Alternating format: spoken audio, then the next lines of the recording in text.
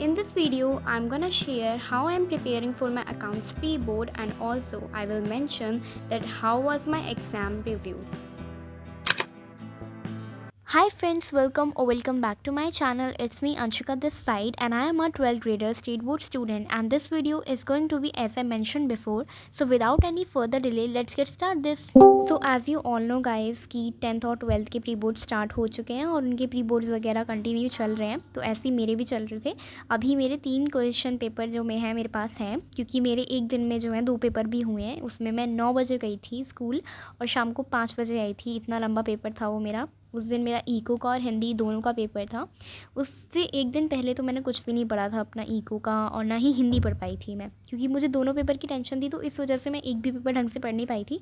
But हाँ, मैंने अपनी इकोनॉमिक्स जो है पहले ही कंप्लीट कर ली थी। मैंने अपने ब्लॉग्स वगैरह में भी दिखाया था कि मैं कितना ज़्यादा इको को कर रही हूँ। और रिसेंटली मैंने अपनी कोचिंग भी ज्वाइन की थी, तो जिसकी वजह से मुझे काफ़ी ज़्यादा हेल्प मिल गई थी। तो मुझे इको में तो मेरा इतना अच्छा पेपर गया है, गॉड ग्रेस। सो बहुत अच्छा पेपर गया था। तो यहाँ पे उसके बाद मैंने अपनी टू डू लिस्ट बनानी स्टार्ट कर दी थी। ये मेरा हिंदी का था सारा काम, जो भी मैंने अपना पढ़ा था। थोड़ा बहुत एक दो दिन पहले पढ़ा था। इंग्लिश का पेपर जिस दिन था मैंने उससे एक दिन पहले हिंदी पढ़ी थी, इंग्लिश ना पढ़ के। सो ये सब मैंने कर लिया था, और ये मैं टिक करना भूल गई थी, तो मैंने इसको अब टिक किया। और देन उसके बाद मैंने अपनी अकाउंट्स का अपना मेरा नेक्स्ट एग्ज़ाम है, तो अब उसकी मेरे को प्रिपरेशन करनी थी, क्योंकि अकाउंट्स में थोड़ा अच्छे मार्क्स लेके आने हैं। अकाउंट्स में मैं काफ़ी वीक चल रही थी just because of calculation. So that's Y मैंने अपनी इस टू डू लिस्ट को 3 बेसिकली पार्ट में डिवाइड किया था। एक फर्स्ट था प्रैक्टिस, और एक था रिवीजन, और एक में मुझे थोड़ा बहुत जो है कुछ डे सॉल्यूशन का एक चैप्टर था, वो मेरे लास्ट के चैप्टर थे पार्टनरशिप के, वो मेरे क्लियर नहीं हो पाए थे।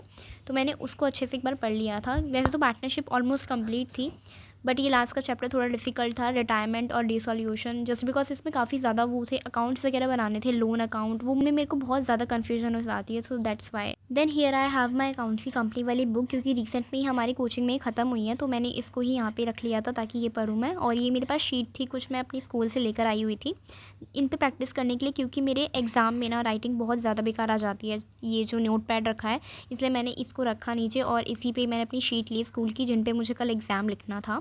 और मैंने उसके बाद फिर अपना पहले तो थ्योरी वाला पोर्शन कवर किया था सारा। फर्स्ट चैप्टर से ही मैं रिवाइज़ करी थी।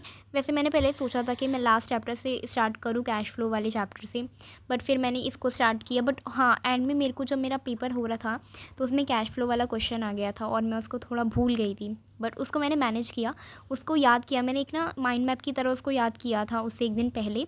तब मुझे याद आया कि इसमें इस तरीके से करना। तो आई वॉन्ट यू टू, भाई माइंड मैप तो हमेशा से रट लो, अच्छे बहुत काम आते हैं माइंड मैप। देन उसके बाद जब मैं ये अपना रिवीजन कर रही थी, तो मुझे ना एनसीईआरटी बुक में एक चीज़ कॉमन देखी, इसमें डू योर सेल्फ और टेस्ट योर अंडरस्टैंडिंग वाले क्वेश्चन वगैरह भी आते थे। तो मैंने उनको भी सॉल्व किए थे बीच बीच में, क्योंकि ये जो क्वेश्चंस होते हैं ना, इनमें से ही बेसिकली क्वेश्चन पूरा बनता है। क्वेश्चन पेपर में बहुत सारे क्वेश्चन इनमें से आते हैं, मैंने काफ़ी बार नोटिस किया है। तो मैंने इनको अपनी कोचिंग में भी कंप्लीट किया था, और उसके बाद मैंने घर पे भी इनकी काफ़ी ज़्यादा प्रैक्टिस की है। मैंने अपनी हर एक एनसीईआरटी बुक के हर चैप्टर में से अपना कंप्लीट कर लिए हैं ऑलमोस्ट। देन उसमें मुझे जो भी इंपॉर्टेंट चीज़ें वगैरह दिख रही थी, मैं उनको नोट भी कर रही थी और हाईलाइट भी कर रही थी। और कुछ चीज़ें होती हैं जो मैं याद रखने के लिए बुक के ऊपर ही लिख लेती हूँ, मतलब जिस चैप्टर की चीज़ें होती हैं वहीं पे लिख लेती हूँ, ताकि जब भी वो टॉपिक पढ़ रहे हो तो उसको भी साथ में पढ़ लिया जाए और वो याद रह जाए। देन उसी बीच में मेरी क्लास हो गई थी, तो मैंने अपनी वीडियो रोक कर पहले अपनी क्लास वगैरह कंप्लीट की, क्योंकि जिस फ़ोन से रिकॉर्ड हो रहा था उसी फ़ोन में मेरा व्हाट्सअप है, क्लास ग्रुप है।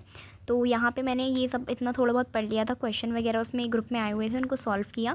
देन उसके बाद अपनी स्टडी टेबल पे दोबारा से बैठी और अपने जो बाकी का रिमेनिंग चैप्टर बचा हुआ था वो कंप्लीट किया। इसमें मेरे को 4 फीचर वगैरह का एक चैप्टर था, जिसमें ना एक फॉर्मूला था कैपिटल रिजर्व का, तो उसको मैं अक्सर भूल जाती हूँ। तो उसको पहले मैंने अपनी नोटबुक में से देख कर पहले बुक में लिखा। देन उसके बाद थर्ड चैप्टर की बैलेंस शीट वगैरह रिवाइज़ की। सो यहाँ पर उसके बाद मैंने अपना कैश फ्लो वाला चैप्टर एंड में पढ़ा बिल्कुल, जिसमें मैंने थोड़ा बहुत माइंड मैप के थ्रू एनसीईआरटी में दिया हुआ है वही पढ़ा। देन नेक्स्ट मॉर्निंग मेरे को थोड़ा बहुत टाइम वगैरह मिला हुआ था, तो 10 या 10:30 बजे के अराउंड मैंने अपनी वही नोटबुक वगैरह उठा ली थी। खैर नोट पैड उठा लिया था और अपनी शीट उठा ली थी। और मुझे एक यूट्यूब चैनल मिला था जो कि आरबीएससी और स्टेट बोर्ड्स की काफ़ी हेल्प करता है। एक अकेला प्लेटफॉर्म है ये जो प्रोवाइड करता है नोट्स वगैरह और ऑनलाइन क्लासेस वगैरह भी। तो मैंने इनकी वीडियो देखी, मैंने फ़र्स्ट टाइम इनकी वीडियो देखी थी अपने इंग्लिश के एग्ज़ाम में। तो मुझे काफ़ी ज़्यादा इंग्लिश का एग्ज़ाम में और इकोनॉमिक्स के एग्जाम में काफ़ी हेल्प मिली थी। सो इसलिए मैंने इनका चैनल देखना स्टार्ट कर दिया। अब मैं बोर्ड्स में भी इनका चैनल देखकर जाऊँगी ज़रूर, काफ़ी अच्छी वीडियोज़ हैं इनकी। उसके बाद मैंने कुछ क्वेश्चन इसमें से सॉल्व किए। कुछ मॉडल पेपर था जिसको हम सैम्पल पेपर कहते हैं, वो उसको सॉल्व किया थोड़ा बहुत। इसके बाद मैंने उसकी रिकॉर्डिंग कर पाई थी मैं। So that's all that I did guys. And you also do let me know in the comment section कि आपकी कौन कौन से एग्जाम हो चुके हैं और कौन कौन से एग्जाम रह गए हैं अभी आपके। So that's all that I did guys. Thank you so much for watching, subscribe for more and God bless you.